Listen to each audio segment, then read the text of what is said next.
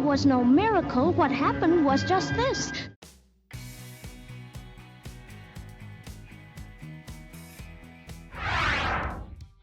Starting from the end. Wicked, both the stage and screen versions, opens shortly after the Wicked Witch of the West, Elphaba to Wicked fans, has melted. Fellow Ozians, the Wicked Witch of the West is dead. This moment happens quite late in The Wizard of Oz, but while the 1939 film continues to follow Dorothy and her friends as they bring the witch's broom to the wizard, Wicked takes a different approach. It shifts focus to the Ozians, or Munchkins in the film, celebrating the witch's death as Glinda brings them the news. The wickedest witch there ever was, the enemy of all of us, shivering on his head. The musical's opening number, No One Mourns the Wicked, starts as an ominous celebration of the witch's demise. However, it quickly pivots into telling us all that this isn't the story we think we know. The truth we all believe by and by. How to live. For one thing, it takes us right back to before Elphaba was ever born. So have another drink of green elixir, and we'll have ourselves a little mixer. Have another little swallow, little lady, and follow me down. Her mom has an affair with a mysterious stranger who gives her a green elixir that ultimately results in a green child. We also see glimpses of little Elphaba and Nessa Rose, giving us the context that Elfie's childhood may not have been the happiest. Now, back in the present, Glinda may not have convinced the Munchkins to have some empathy, but she's definitely pulled on our heartstrings just a little. It's harder to ignore the undertones of sorrow in her voice as she counterpoints the ensemble.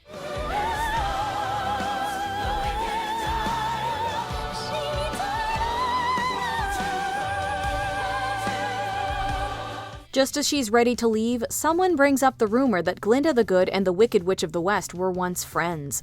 She doesn't deny it, but she pulls back from the word friend, signaling that there's more to the story. And so, the flashback begins. Let me tell you the whole story. Our paths did cross. At school. Dear old Shiz. We now find ourselves at Shiz University on Galinda, the Ga is not yet silence, first day.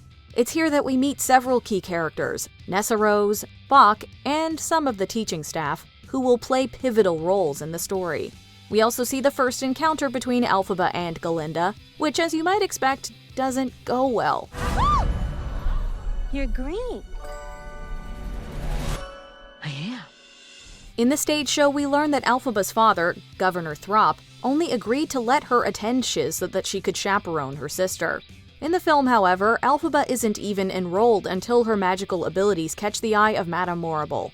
Regardless, Elphaba and Galinda end up as roommates, and their relationship begins with an intense mutual loathing. Loathing, unadulterated loathing for your face, Your voice. your clothing. Let's just say, I loathe it all.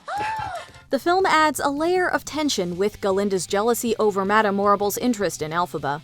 Madame Morrible privately tutors Elphaba in the hopes of developing her magic to one day work alongside the wizard.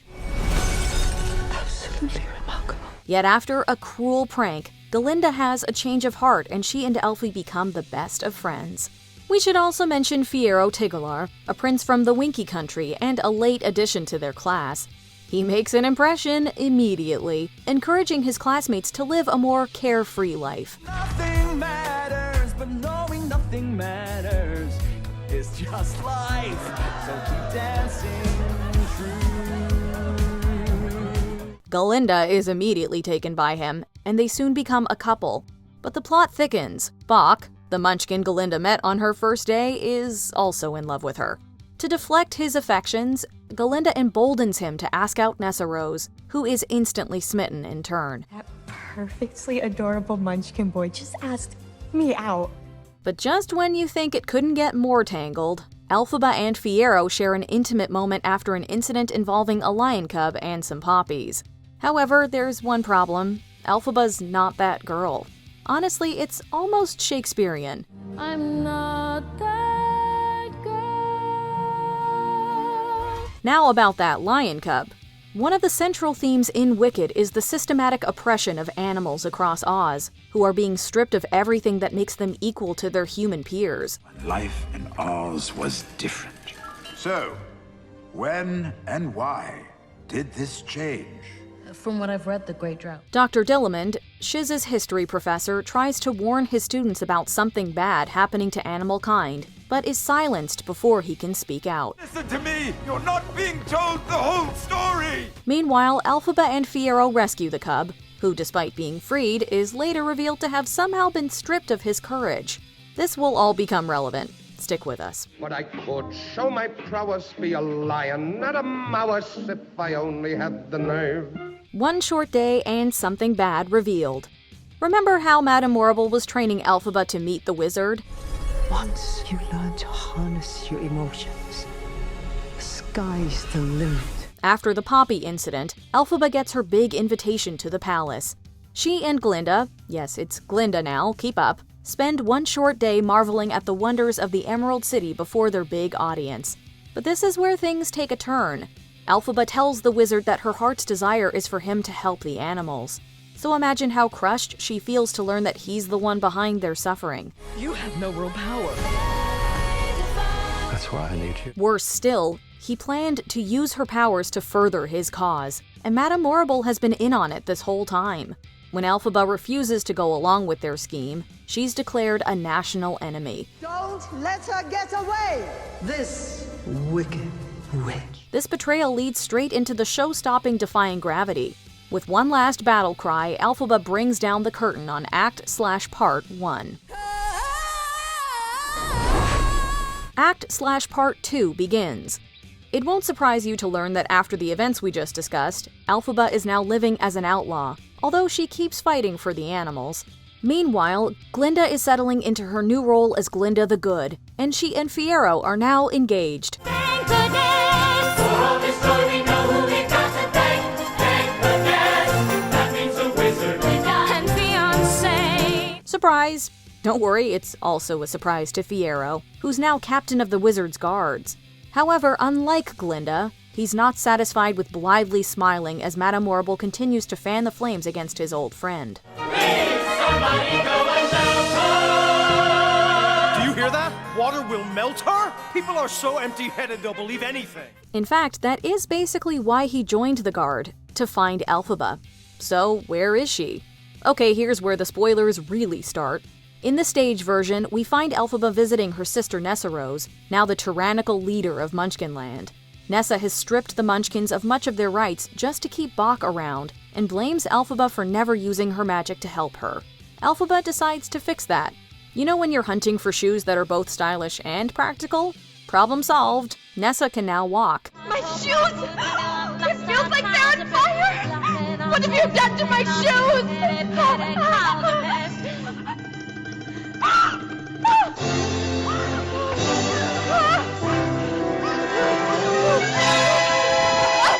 Bok sees it as his chance to leave and confess his love to Glinda before it's too late.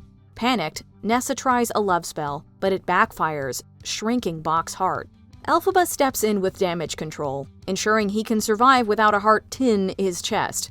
Even though Elphaba literally just saved Bok's life, Nessa throws her under the bus. It's due to her I'm made of tin, her spell made this occur. So for once I'm glad I'm heartless. Dorothy crash lands in Oz.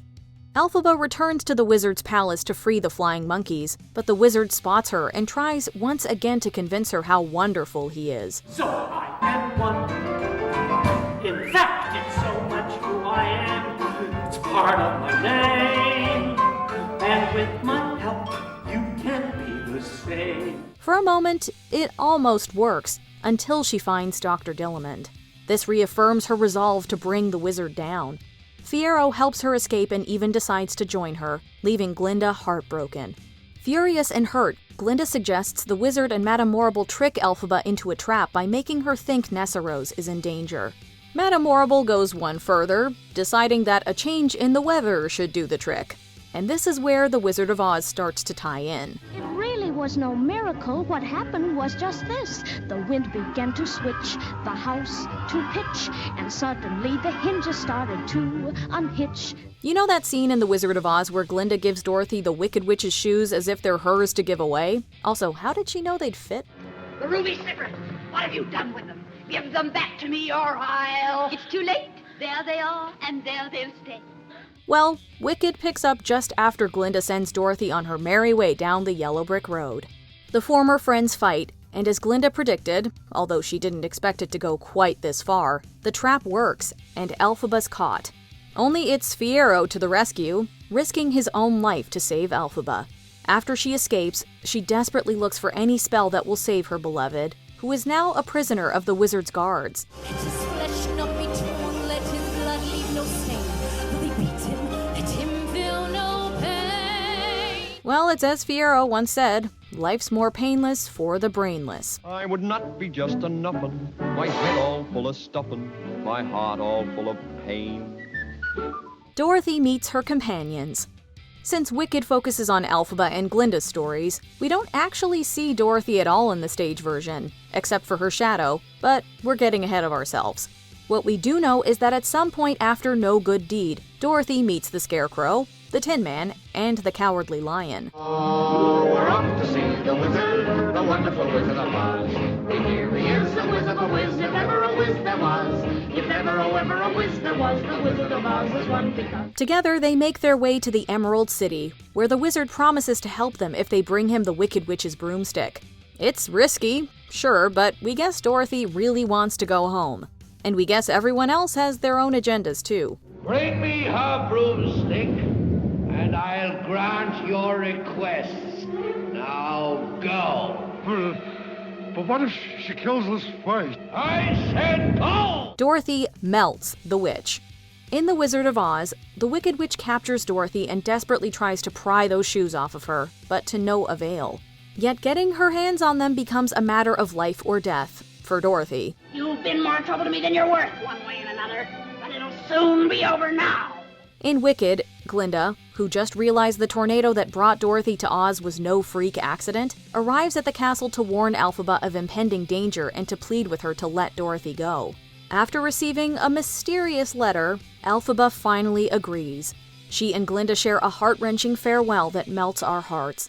Because I knew you. Because I knew you. I have been changed for good. This is now where you should play the two stories side by side, with Dorothy throwing that bucket of water that melts the witch. I'm melting! Melting! Oh, what a world! What a world! Who thought a good little girl like you could destroy my beautiful wickedness? As Dorothy and her friends return to the wizard with the broomstick, Glinda mourns at the site where she just watched her friend melt. While there, she finds the bottle that once contained the green elixir that belonged to Elphaba's mother. She puts two and two together and confronts the wizard, banishing him from Oz. She also has Madame Morrible arrested. Anyway, isn't it convenient that just as the wizard finds he's overstayed his welcome, there's this kid who just happens to need a ride home to Kansas? Well, you forced me into a cataclysmic decision. The only way to get Dorothy back to Kansas is for me to take her there myself. Of course, he ends up leaving his travel companion behind. But, yep, this is how he makes his exit with his head still held high in front of his adoring crowd. Fortunately, Glinda suddenly remembers to tell Dorothy that she had the power to get home all along anyway. Now those magic slippers will take you home in 2 seconds. Oh, Toto, too? Toto, too? Oh, now, whenever you wish. Off into the sunset. Okay, last chance to avoid major spoilers. Wicked returns us to the present, where Glinda has just finished recounting her tale. Also during this final scene, Fiyero, now a scarecrow, arrives at the castle. In one huge plot twist, we learn that Elphaba is still very much alive, and that whole melting thing was just staged so that she and Fiyero could get their fresh start. Together, they decide to leave Oz, and as the show ends, both friends lament their friendship. While the audience is definitely changed by Glinda's story, the Ozians remain unmoved and continue their celebrations.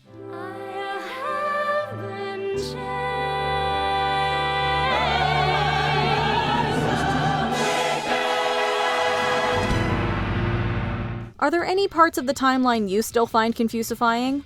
Let us know in the comments. Just follow the road. It's gonna lead you right